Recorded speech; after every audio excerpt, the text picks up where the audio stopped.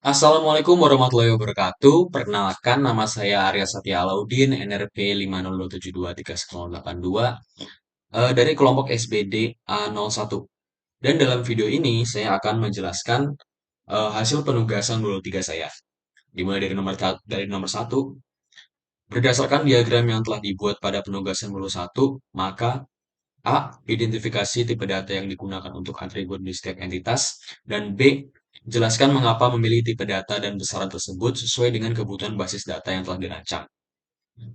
Dan berikut adalah penugasan 21 saya. Dapat dilihat bahwa secara garis besar saya akan menggunakan data type integer untuk atribut-atribut seperti ID dan kode. Misalnya pada entitas anggota perpustakaan, untuk atribut ID anggota saya menggunakan data type integer. Hal ini dikarenakan data type integer akan mempermudah dalam pemrosesan seperti searching data atau sorting data. Itu saya gunakan di ID staff, kemudian ID peminjaman, ID buku, ID anggota, dan ID pengembalian, kode buku, seperti itu. Dan yang lain ada untuk untuk atribut-atribut seperti nama, nama anggota, dan nama staff, dan judul buku, penulis buku, penerbit buku, saya akan menggunakan data type varchar dengan ukuran 50. Saya menggunakan varchar karena varchar dapat menyimpan data berupa string secara dinamis. Itu maksudnya berarti dia dapat menerima data eh, dengan ukuran string yang berubah-ubah, dengan ukuran string yang berbeda-beda. Kemudian itu sama juga seperti atribut-atribut alamat, alamat anggota dan alamat staff. Itu saya juga menggunakan varchar tapi dengan ukuran yang lebih besar yaitu ukuran 100. Hal ini dikarenakan karena alamat itu cenderung memiliki ukuran yang lebih besar dibandingkan dengan alamat. Itu saya gunakan di atribut alamat anggota di entitas anggota perpustakaan dan atribut alamat staf di entitas staf perpustakaan. Kemudian saya untuk atribut lain seperti nomor telepon, saya juga menggunakan varchar, telepon anggota dan telepon staf, namun dengan ukuran yang lebih pendek karena nomor telepon cenderung memiliki ukuran string yang tidak melebihi dengan 15 karakter. Selain itu juga ada atribut seperti tanggal, tanggal batas kembali, tanggal peminjaman. Itu saya menggunakan data type date. Hal ini data type date sendiri memang dibuat untuk menyimpan data berupa tanggal. Jadi cocok untuk digunakan di atribut seperti tanggal batas kembali, tanggal kembali, dan tanggal peminjaman. Jadi berikut adalah identifikasi data type dari setiap atribut dan berserta alasannya. Saya akan lanjut ke nomor 2. Buatlah database menggunakan konsol SQL dengan format nama kode kelompok underscore SPD. Contoh A01 underscore SPD.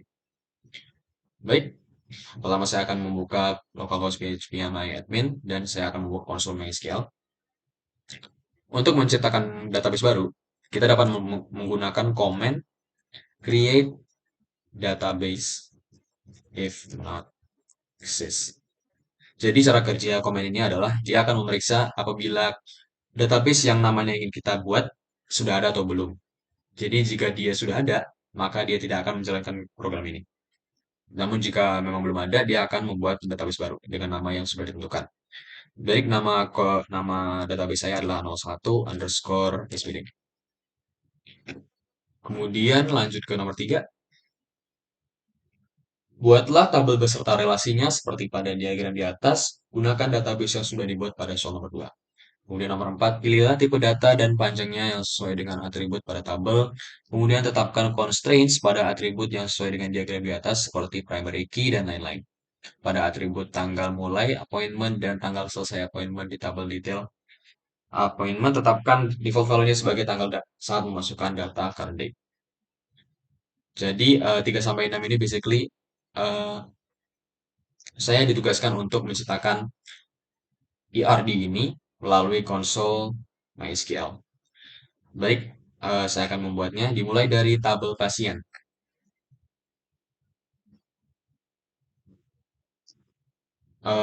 Karena kita disuruh, pertama kita perlu eh, berpindah ke tabel yang sudah dibuat. Maka kita dapat menjalankan command use A01 _ SPD. Maka setelah ini kita dapat membuat tabelnya. Jadi tabel pertama yang perlu dibuat adalah tabel passion. Nah, kita dapat untuk menciptakan tabel kita dapat menggunakan komen create table if not exist.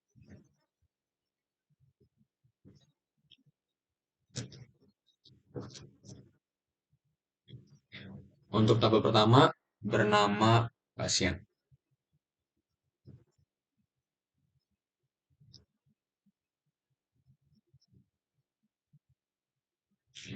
Dan dengan atributnya ID pasien, nama pasien, dan ID pasien ini eh, memiliki peran sebagai PK, maka saya akan tetapkan dia menjadi PK.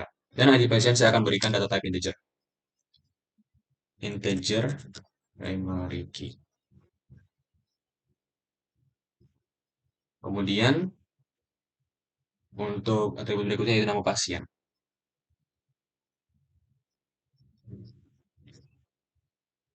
Nama pasien saya akan memberikannya data type varchar dengan ukuran 225.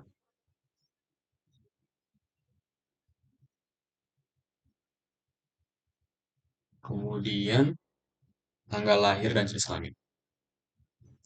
Untuk tanggal lahir saya akan menggunakan data type date. Sementara untuk jenis kelamin,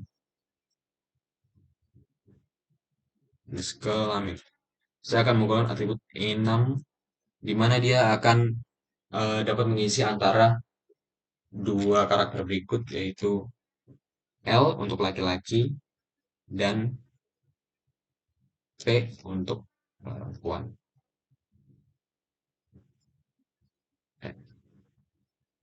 Kemudian untuk tabel berikutnya appointment. Create table if not exist appointment.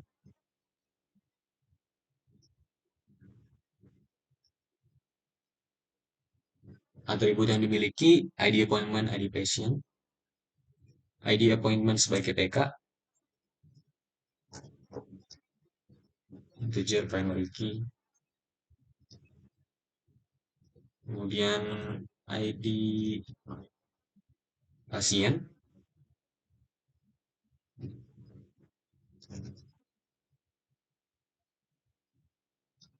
integer,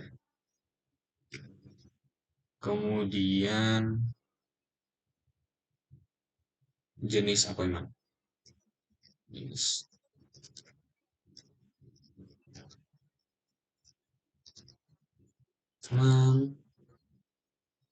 Dengan data type varchar.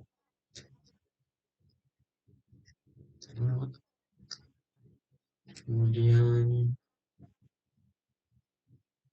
tanggal mulai appointment dan tanggal selesai appointment.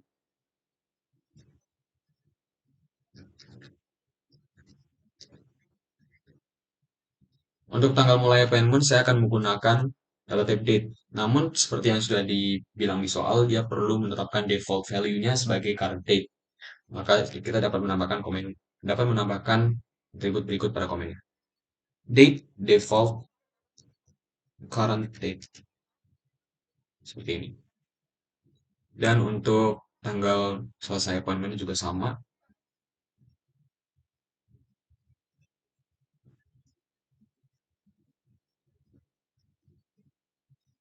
Date default complete.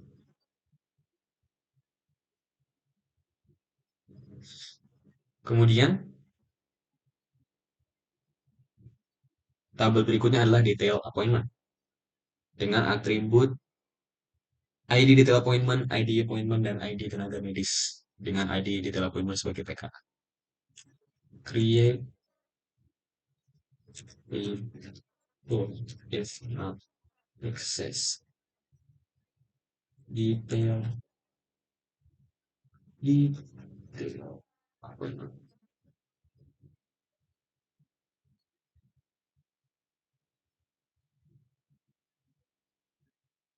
Dengan atributnya ID detail appointment sebagai BK,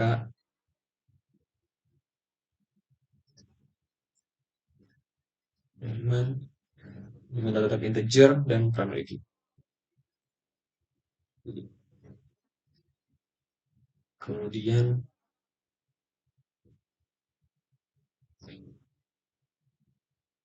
ID appointment dan ID tenaga medis sebagai FK.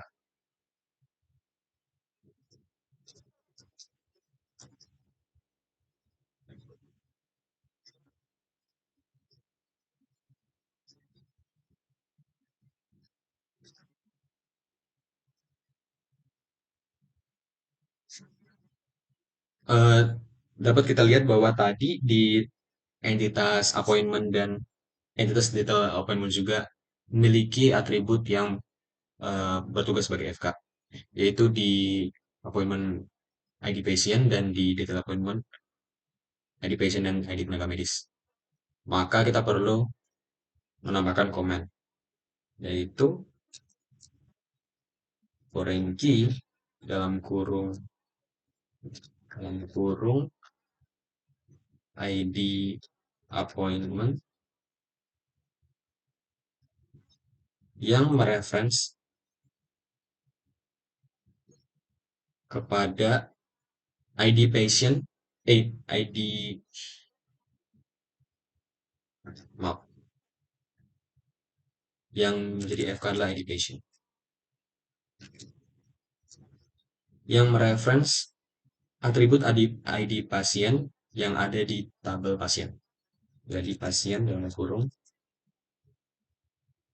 ID pasien.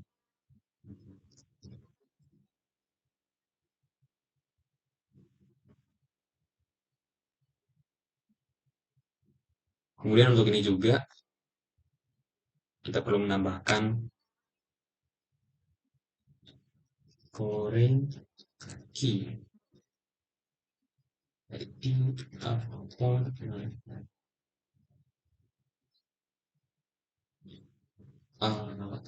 references, yaitu tabel appointment untuk nama atribut yang sama. ID appointment.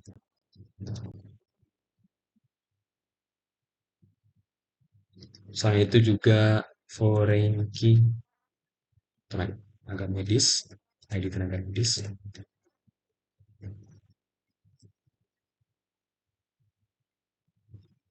yang mereference ke tabel yang belum dibuat tenaga medis dengan atribut yang sama. ID tenaga medis. Nah, karena di tabel detail appointment dia merujuk kepada tabel tenaga medis yang belum dibuat, sementara dia memiliki foreign key yang mengarah ke sana, maka kita perlu menambahkan komennya di atas komen detail appointment. Jadi kita harus menciptakan tabel tenaga medis dulu sebelum tabel detail appointment. Maka untuk tabel terakhir, create table if not access. Not access tenaga medis.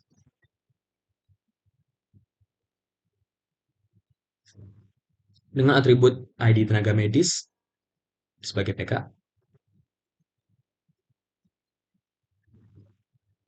integer primary key.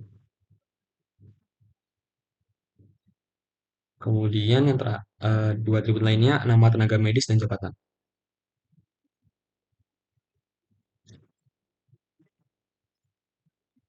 Saya tetapkan data type varchar dengan ukuran 225. Dan yang terakhir jabatan dengan data type varchar juga.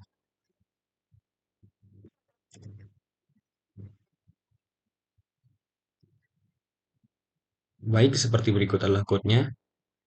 Maka saya akan mencoba jalankan lebih dahulu. Sudah berhasil, maka kita dapat melihat hasilnya di designer mode.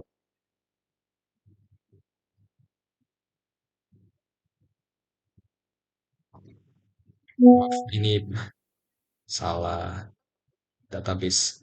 Oke, berikut adalah database A01SBD. Dapat kita lihat di designer mode.